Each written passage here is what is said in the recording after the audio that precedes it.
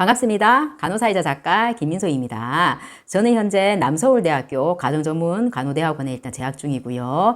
슬슬 이제 11월 되면은 이제 접수가 시작하기 때문에 가정전문간호대학원에 대해서 관심을 되게 가지는 분들이 되게 많으실 것 같아요. 그래서 블로그를 통해서 되게 많은 질문이 이제 오기도 하고 해서 제가 이제 도움을 드리고자 이제 영상을 촬영하게 되었습니다. 먼저 작년 입시 요강부터 일단 살펴보겠습니다. 제 블로그에 보면은 제가 포스팅을 얼마 전에 했는데요. 민소 언니의 불안 고민 상담소라는 네이버 블로그거든요. 블로그를 보면서 일단 말씀을 좀 드리겠습니다. 2022년 정기 가정전문간호대학원이거든요. 그러면 올해 11월 달에 입시 요강은 2023년 전기 가정전문간호대학원 입시 요강이 되겠죠. 현재 우리나라 같은 경우에는 이제 가정전문간호대학원이 5군데잖아요. 카톨릭대, 성균관대, 대전대, 남서울대, 우석대 5군데 있고요. 카톨릭대나 성균관대 같은 경우에는 이제 서울 경기권이고, 대전대 같은 경우에는 대전이고, 남서울대는 천안이고, 우석대는 전라도에 위치하고 있죠. 대전대 같은 경우에는 그 대전역이 이제 KTX가 서잖아요. 그래서 KTX역에 내려가지고 대전대까지 택시로 그때 가니까 편도 5,000원 정도면 이제 가는 거리더라고요. 멀리서 대전대에 가시는 분들은 KTX를 이용할 수 있기 때문에 좀 더 이제 편하게 이용할 수 있는 대학원이 아닌가라는 생각이 들어요. 그럼 이제 이렇게 5개의 대학원에서 작년 가을에 모집을 시작했었거든요. 저는 작년에 대전대와 남서울대 2군데를 다 지원을 했었고 면접까지 다 들어갔었고요. 결론은 대전대는 떨어졌고 남서울대가 붙어가지고 지금 이제 대학원에 재학 중입니다. 그래서 첫 번째로 살펴볼 가정전문간호대학원은 우석대거든요. 전라도에 이제 위치한 대학원이고요. 11월 15일에 작년에 모집을 시작했었네요. 근데 우석대 같은 경우에는 등록금까지 이제 오픈을 했는데 등록금이 458만 1,500원인데 입학금까지 이제 포함을 하면은 거의 500만 원 조금 넘는 돈이 되네요. 가정전문간호사 과정에 지원할 수 있는 사람은 5대학원 다 똑같거든요. 최근 10년 안에 해당 분야에 3년 이상의 근무 경력자인데 의료법에 의한 의료기관, 그 말은 로컬까지 이제 다 포함을 하는 거고요. 그리고 한방병원도 다 같이 포함이 되는 겁니다. 그리고 지역보건법에 의거한 보건진료소나 보건소에 이제 근무하는 사람도 다 가능하고요. 그리고 또 노인장기 요양보험법에 근거한 요양원이라든지 주야간 센터라든지 뭐 방문간호센터 그런 곳에서 근무하신 분들도 다 가정전문간호사 과정에 지원할 수 있고요. 그렇다 보니까 이제 가정전문간호사에 이제 지원할 수 있는 간호사의 범위가 굉장히 넓죠. 그렇다 보니 이제 경쟁률도 아마 더 이제 높지 않나라는 생각이 들고요. 그리고 이제 전라도에 위치한 우석대 같은 경우에는 서류 심사와 구술고사가 각각 50점씩 일단 반영이 되었어요. 우석대 같은 경우에는 면접에서 전공 지식 및 수학 능력 검사도 이제 같이 했나 봐요. 전공과 관련된 지식이라든지 수학과 관련된 능력을 아마 면접하면서 아마 질문의 형태로 아마 질문을 했던 것 같아요. 그리고 학업 계획서도 이제 제출하라고 되어 있습니다. 그리고 두 번째로 이제 살펴볼 대학원은 카톨릭대 가정전문간호대학원인데요. 카톨릭대도 이제 비슷한 시기에 모집을 했어요. 11월 8일에 일단 모집을 시작했고, 카톨릭대 같은 경우에는 일주일에 이제 2번 수업이 있다 그러거든요. 저녁에 수업이 있다 그래요. 그렇다 보니까 대일을 끝나고 아마 수업 들으러 가시는 분들도 있을 거라고 일단 생각을 들고요. 카톨릭대학교에 일단 출신을 대학원 입학할 때 좀 많이 우대를 한다는 얘기를 들었습니다. 이제 같이 이제 공부하는 선생님 중에 한 분이 카톨릭대 지원을 했었거든요.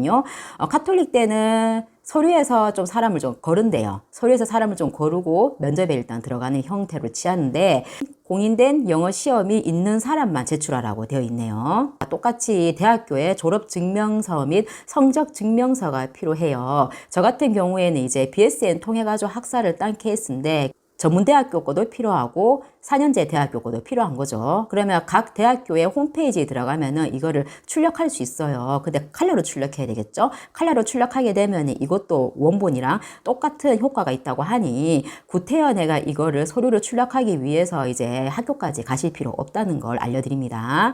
그리고 세 번째로는 성균관대 가정간호전문대학원을 볼 텐데요. 성균관대 같은 경우에는 특수대학원이네요. 특수대학원 같은 경우에는 제가 확실히 차이점은 모르겠지만 아마 특수대학원은 아마 논문을 꼭 쓰지 않더라도 졸업이 된다라는 얘기를 제가 들었어요. 근데 이런 성균관대 빼고 나머지 대학원들은 다 일반 대학원으로 분류가 되어 있습니다. 그러면은 논문을 쓰게 되면은 이제 졸업이 되는 거고, 논문을 쓰지 않으면은 졸업이 아니라 수료로 끝나게 되는 거죠. 그렇다 보니 내가 박사를 한다거나 아니면 대학 교수 쪽으로 내가 생각이 있다 그러면은 반드시 일반 대학원으로 가셔가지고 이제 논문을 써야 되는 걸로 일단 파악이 됩니다.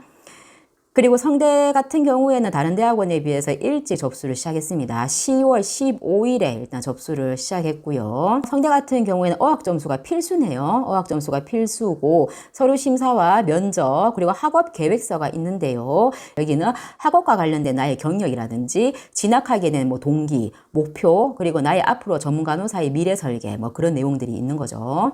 그러면은 전문 간호사로서의 미래를 한번 설계를 해보라. 일단 그러한 내용인데, 가정전문대학원을 이제 준비하는 선생님들 같은 경우에는 전문 간호사로서의 미래를 설계한다는 게 사실은 되게 아웃라인을 잡기가 되게 많이 힘들 것 같은데, 저의 유튜브라든지 블로그 같은 거를 참고를 잘 하시면은 수업을 들으면서 이제 정리를 했던 전문 간호사 과정에 대한 그런 자료 같은 게 되게 많아요. 그런 거를 충분히 좀 참고를 하신다면은 전문 간호사의 미래 설계에 관한 그런 질문을 되게 좀 쉽게 적을 수 있지 않을까라고 생각이 들어요.